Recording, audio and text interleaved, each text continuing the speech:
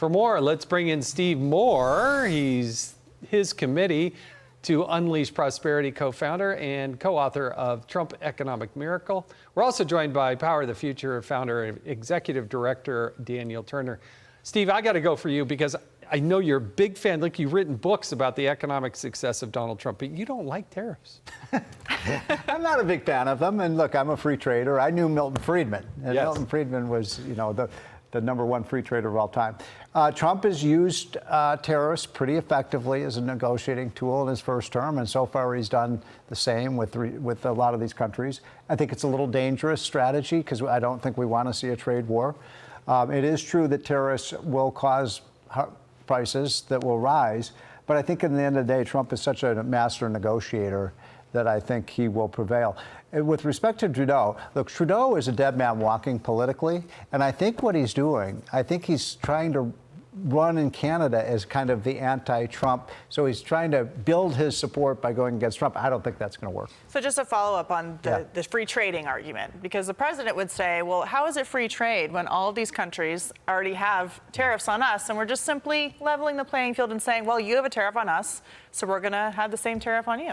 Well, that's right. And you're exactly right, Katie, with the facts that we do have the lowest tariffs in the world. Now, I happen to think we've actually benefited from that because we've gotten a lot of low-priced products into our country, and that's helped consumers.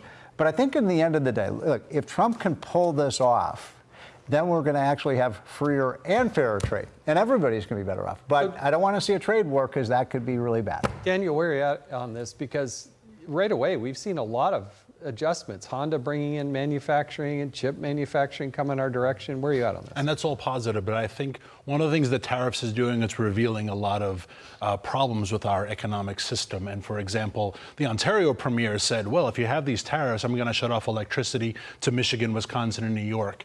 And that makes someone like me who's in the energy space say, why are we buying so much electricity from Canada? We have enough oil and gas and coal. Yeah. So it's revealing the fact that we're not exploiting our own natural resources. We're giving a huge, basically, subsidy to Canada to buy their electricity, and we should be making it here at home. So the tariffs can help inform a lot of those economic decisions and return a lot of economic power back to America. What about the president's argument that tariffs have made the country rich in the past and that we should eliminate the income tax altogether in order to fund all of these programs that mostly Democrats want?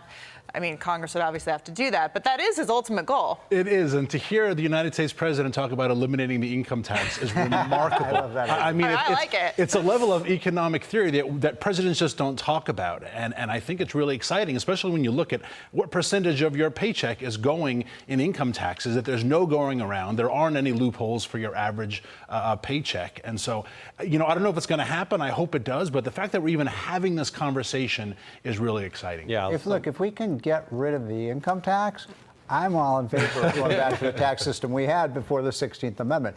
What worries me is that we're going to get a high income tax and a high tariff. Trump is mostly right, but we should remember a very important history lesson, which was the Great Depression was sparked by the Smoot-Hawley tariff, which caused a trade war around the world, and we had a 10-year depression. We don't want to see that again. No, we don't. Now, President Trump is promising to cut the bureaucracy during his address to Congress. Watch this. For nearly 100 years, the federal bureaucracy has grown until it has crushed our freedoms, ballooned our deficits, and held back America's potential in every possible way. My administration will reclaim power from this unaccountable bureaucracy, and we will restore true democracy to America again. The days of rule by unelected bureaucrats are over.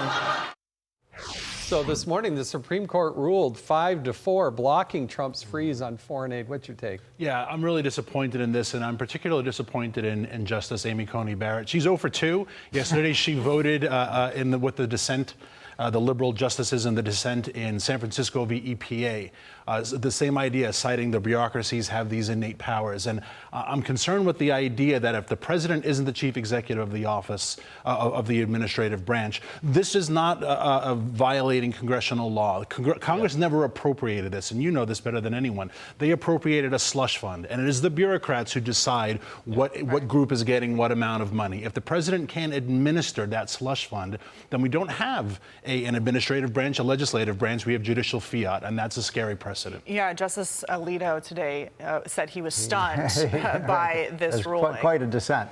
Well, Jason, you were in Congress, so you know that for for most of our history, the president had something called the impoundment power, which gave the president the authority to not spend money. Every CEO in the country has that power. If you appropriated $10 million for a project and it only cost you $8 million, you wouldn't go out and spend the whole $10 million. And yes, that's what we do in Washington. So I'm frustrated by this decision as well. No, look, this started back with President Jackson. It's that old. You know, it was highlighted again with President Nixon, but the president needs to have this power in order. Absolutely. So does that mean that the only way to cut these programs is through Congress now? I think Congress is that the only thing we can do? They probably need to have more clear legislation. You know, the entire green movement, I'm convinced, is fake at this point because it's all funded by USAID. Their conferences are funded by USAID. The journalists who cover the conferences are funded by USAID. Is any leftist opposition actually real? Yeah, the great Daniel question. Turner, Steve Moore, thank you so much for joining Great us. to see you Appreciate guys. it.